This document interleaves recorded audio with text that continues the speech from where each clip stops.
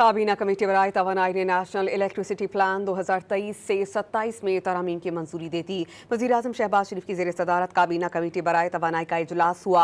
Committee ने तरमीम की मंजूरी देते हुए हिदायत जारी की कि खैबर पख्तूनख्वा और national electric power regulatory authority से मजीद मुशावरत की जाए।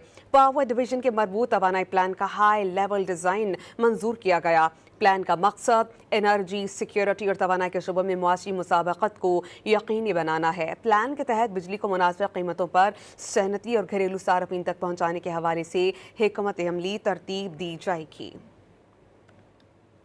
काबीना कमेटी बराए तवानाई ने नेशनल इलेक्ट्रिसिटी प्लान 2023 से 27 में तरमीम की मंजूरी दे दी। वज़ीर-ए-आज़म शहबाज शरीफ की ज़ेर सदारत काबीना कमेटी बराए तवानाई का इजलास हुआ। कमेटी ने तरमीम की मंजूरी देते हुए हिदायत जारी की कि खैबर पख्तूनख्वा और national electric power regulatory authority से मजीद मुशावरत की जाए। पावर डिवीजन के मरबूत तवानाई प्लान का हाई लेवल डिज़ाइन मंजूर किया गया।